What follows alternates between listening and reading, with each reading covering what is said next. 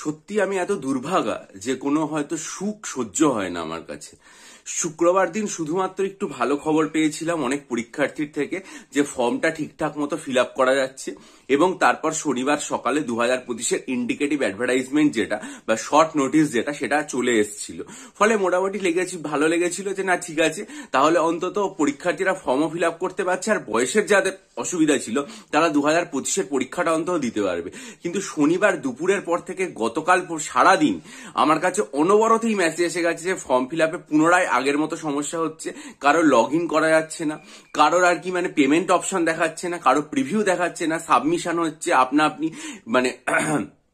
Form fill up করতে করতে page হঠাৎ করে চলে যাচ্ছে, এরকম অজস্র সমস্যার কথা অনেকে বলেছে। কিন্তু সব থেকে তাৎপর্যপূর্ণ যে সমস্যা দুটো আমার সামনে উঠে এসছে, একটা সেটা হচ্ছে ওয়ার্ক এক্সপিরিয়েন্সের যে জায়গাটা রয়েছে, সেই জায়গাটা নাকি যারা যারা চাকরি করেন না বা কোনো কাজের এক্সপিরিয়েন্স নেই তারা নো সাবমিট করেছেন, কিন্তু তা সত্ত্বেও আপনি সেই নোটা ইয়েস হয়ে জমা পড়ে যাচ্ছে।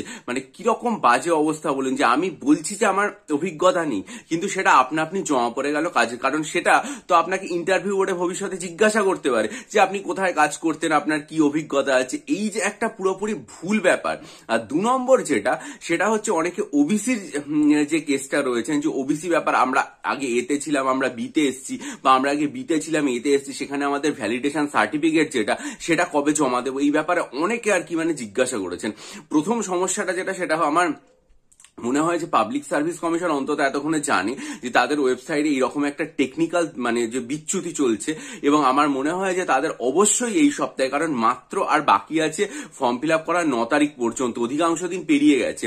পাবলিক সার্ভিস কমিশনের উচিত আজকে অবশ্যই অফিসিয়াল নোটিশ জারি করা, এবং এডিট উইন্ডো অপশন তো তারা ভবিষ্যতে দেবে, সেটা যে যা এডিট করতে পারবে ঠিক আছে, কিন্তু এখন অন্তত ফর্ম ফিল আপের ডেট যেটা রয়েছে সেটা বাড়িয়ে দেওয়া উচিত, এবং 9 তারিখ থেকে 19 তারিখ পর্যন্ত ফর্ম ফিল আপের ডেটটা বাড়ানো উচিত। অবশ্যই সেটা অফিসিয়াল ওয়েবসাইটে একদম অ্যানাউন্স করে, যাতে পরীক্ষার্থীদের অসুবিধা দূরে। আর ওবিসি রিভ্যালিডেশনের যে ব্যাপারটা, সার্টিফিকেটেরটা, সেটা আমার যেটা মনে হচ্ছে সেটা হচ্ছে আপনি যে সংশ্লিষ্ট দপ্তর রয়েছেন সেখানে গিয়ে বলুন, কারণ আপনাকে তো এই মুহূর্তে সার্টিফিকেট জমা দিতে হবে না, আপনাকে যেটা করতে হবে সেটা ইন্টারভিউর আগে ডকুমেন্ট ভেরিফিকেশনের সময় জমা দিতে হবে। ফলে আপনি এই মুহূর্তে যে দপ্তর থেকে আপনি পেয়েছেন সার্টিফিকেটটা, সেটা বিডিও অফিস বা এসডি অফিস হতে পারে, সেখানে গিয়ে কথা বলে কিভাবে এই প্রসেসটা এখনই শুরু করে দেওয়া যায় সেটা সম্পর্কে কথা বলুন, এবং আপনার যে ডেটটা দিতে হবে সার্টিফিকেট পাওয়ার সেটা সম্পর্কে একবার অবহিত হয়ে সেটা আপডেট করুন। ভবিষ্যতে পিএসসি এডিট উইন্ডো অপশন দিলেও তাদের ইমিডিয়েট উচিত আজকে সপ্তাহের প্রথম দিন 1 ডিসেম্বর, আর মাত্র 9 দিন বাকি আছে, অফিসিয়ালি অ্যানাউন্স করে এই ফর্ম ফিল আপের সময়সীমাটা 19 তারিখ পর্যন্ত বাড়ানো উচিত। এবার দেখা যাক তারা কি করে।